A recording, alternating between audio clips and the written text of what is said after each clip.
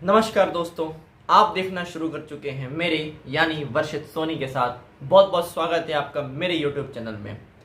और audio book की जिस श्रृंखला में हम आगे बढ़ रहे हैं उसमें एक जब हिंदी पे यह आरोप था कि इसमें गज़ल नहीं लिखी जाती, सिर्फ गीत लिखे जाते हैं। और गज़ल के लिए एक शेर है किसी का कि फुटपाथ पर होगी महल की ज़बान में, हम गुफ्तगू करेंगे गज़ल की ज़बान में। तो उस समय ये गज़ल जो है सिर्फ महबूब के शरीर भौतिक सुख के लिए लिखी जाती थी। लेकिन फिर धीरे धीरे लोगों का मोहभंग हुआ और फिर वो यथार्थवादी लेखन की ओर आए। जो दिख रहा है अभिदा, जो दिखा वो लिखा, वही सर्वत्र स्वीकार्य है। तो उस समय हिंदी के एक बेटे, तो किसी रेल सी गुजरती है मैं किसी पुल सा थरथराता हूँ, अपनी कलम को लेके गज़ल में वो ठप्पा लगा दिया कि आने वाली कितनी भी बारिशें बरस जाएं, कितनी भी कोपलें फूट जाएं, वो ठप्पे का रंग कभी फीका नहीं पड़ने वाला। तो दुष्यंत कुमार के साथ साए में धूप, इस किताब की ऑडियो बुक चलिए सुनते हैं कि दुष्यंत कुमार ने ये गज़ल जब लिखी तो सत्ता हिल गई। हर युग में सत्ता से आंख मिलाने के लिए लिखा दुष्यंत कुमार ने कि कहाँ तो तय था चरागा हर एक घर के लिए, कहाँ चराग मयस्सर नहीं शहर के लिए। कहाँ तो तय था चरागा हर एक घर के लिए, कहाँ चराग मयस्सर नहीं शहर के लिए। यहाँ दरख्तों के साये में धूप लगती है, चलो यहाँ से चलें और उम्र भर के लिए। न हो कमीज तो पाँवों से पेट ढक लेंगे। ये जो मजदूर वर्ग पिछले बार परेशान हुआ, न हो कमीज तो पाँवों से पेट ढक लेंगे। ये लोग कितने मुनासिब हैं इस सफ़र के लिए। खुदा न सही न आदमी का ख्वाब सही, खुदा न सही न आदमी का ख्वाब सही, कोई हसीन नज़ारा तो है नज़र के लिए।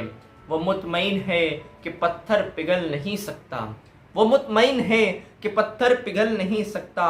मैं बेकरार हूँ आवाज़ में असर के लिए, तेरा निज़ाम है।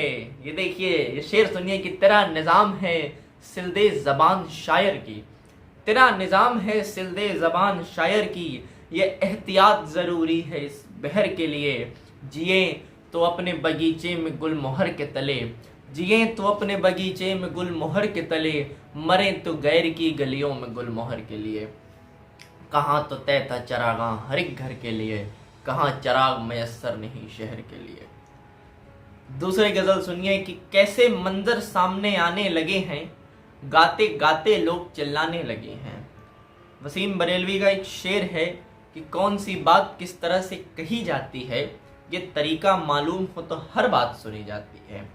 कैसे कैसे मंजर सामने आने लगे हैं, गाते गाते लोग चिल्लाने लगे हैं। अब तो इस तालाब का पानी बदल दो, ये कमल के फूल कुम्हलाने लगे हैं। यो सलीबों पे आए तो हमको कायदे कानून समझाने लगे हैं। एक कब्रिस्तान में घर मिल रहा है हमको, एक कब्रिस्तान में घर मिल रहा है हमको, जिसमें तहखानों में तहखाने लगे हैं। मछलियों में खलबली है अब सफीने, मछलियों में खलबली है अब सफीने, उस तरफ जाने से कतराने लगे हैं। मौलवी की डांट खाकर अहले मकतब, मौलवी की डांट खाकर अहले मकतब, फिर उसी आयत को दोहराने लगे हैं। अब नई तहजीब के पेशे कमर हम, अब नई तहजीब के पेशे कमर हम, आदमी को भून कर खाने लगे हैं। राजेंद्र रजन एक गीतकार हैं हिंदी के, पिछले महीने वो दिवंगत हो गए, ईश्वर उनकी आत्मा को शांति प्रदान करे। उनके गीत की एक लाइन है कि वतन की जो हालत बताने लगेंगे तो पत्थर भी आंसू बहाने लगेंगे। ये न जाने कौन से दौर में आ गई आदमियत, इसे ढूंढने में अभी ज़माने लगेंगे। आदमियत ढूंढना इस समय सबसे कठिन काम है। और ये जो तीसरी गज़ल, आज की अंतिम गज़ल मैं आपको सुना रहा हूँ, ये दुष्यंत कुमार ने जब ये गज़ल लिखी तो सत्ता हिल गई, इंदिरा गांधी सरकार।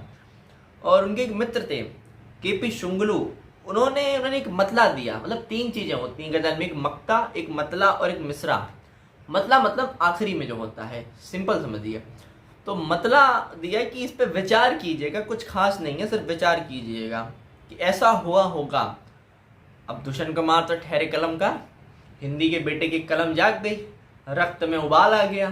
तो उन्होंने जो गज़ल लिखी वो भारतीय इतिहास में ऐसी गज़ल है हिंदी के लिए कि दुष्यंत कुमार को जिसने दुष्यंत कुमार बना दिया, सुनिएगा कि ये सारा जिस्म झुककर बोझ से दोहरा हुआ होगा, ये सारा जिस्म बोझ से झुककर दोहरा हुआ होगा, मैं सजदे में नहीं था, आपको धोखा हुआ होगा। ये प्रश्न देखिए कि यहाँ तक आते आते सूख जाती हैं कई नदियाँ, यहाँ तक आते आते सूख जाती हैं कई नदियाँ, मुझे मालूम है पानी कहाँ ठहरा हुआ होगा। मतलब जिस नहर की फाइल ऊपर दबी है वो कंफर्म है, उनको पता है कि पानी कहाँ ठहरा। यहाँ पानी नहीं ठहरी है, यहाँ पे फाइल ठहरी है कि जो किसान आत्महत्या कर लेता है, जमींदार का कर्ज चुकाते चुकाते जिसकी बेटी का ब्याह नहीं हो पाता है, बेटी विदा नहीं हो पाती है, तो यहाँ तक आते आते सूख जाती हैं कई नदियाँ, मुझे मालूम है पानी कहाँ ठहरा हुआ होगा। गजब ये है कि अपने मौत की आहट नहीं सुनते, गजब ये है कि अपने मौत की आहट नहीं सुनते, वो सब के सब परेशान हैं, वहाँ पर क्या क्या हुआ होगा।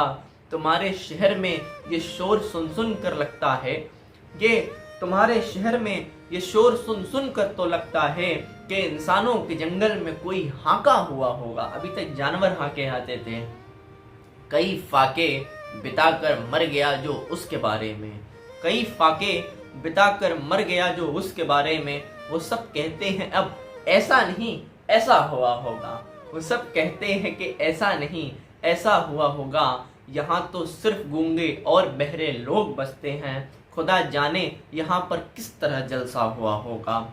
चलो अब यादगारों की अंधेरी कोठरी खोलें, कम से कम आज वो चेहरा पहचाना हुआ होगा। तो सारा जिस्म बोझ से झुककर दोहरा हुआ होगा, मैं सजदे में नहीं था, आपको धोखा हुआ होगा। ये दुष्यंत कुमार पे मुझे लगता है कि पश्चिम के विचारक हैं सार्थ, उन्होंने कहा है कि आवाज़ उठानी चाहिए, अपने जीवन के फैसले हमें खुद लेने चाहिए। ये रहा है 1915 में जब मुंशी प्रेमचंद थे तो उनके जो पहली रचनाएं हैं उसमें बड़े घर की बेटी, उनको लगता है कि वो आदर्शवादी हैं।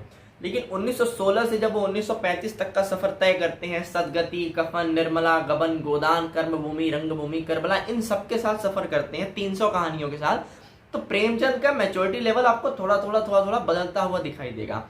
और इसी के समकालीन उनके राइटर थे जयनंद कुमार और एक थे इलाचंद जोशी। इन्होंने चंद्रधर शर्मा गुलेरी नहीं थे, तो इन्होंने जो किया, इनके ऊपर आपको फ्राइड का प्रभाव दिखेगा। तो मुझे लगता है व्यक्तिगत रूप से हिंदी साहित्य को मैं जितना समझ पाता हूँ कि दुष्यंत कुमार ने इस गज़ल को लिखने के पहले, मुझे जहाँ तक लगता है कि उन्होंने सार्थ की विचारधारा को अपनाया। ये हर युग में होता है, लेखकों के ऊपर चिंतकों का और चिंतकों के ऊपर लेखकों का प्रभाव चलता है। ये दुनिया इसी के समानांतर चल रही है। खैर जो भी है ये आप बताएंगे। आज के लिए बस इतना ही। अगर वीडियो पसंद आई तो लाइक करिए, शेयर कीजिए, सब्सक्राइब कीजिए, सबसे फेवरेट पंक्ति कमेंट कीजिए। कोविड-19 से बच के रहिए, अपने परिवार का ख्याल रखिए और सुनते रहिए ऑडियो बुक विद वर्षित सोनी। बहुत बहुत शुक्रिया, बहुत बहुत आभार, धन्यवाद आप सभी का, धन्यवाद।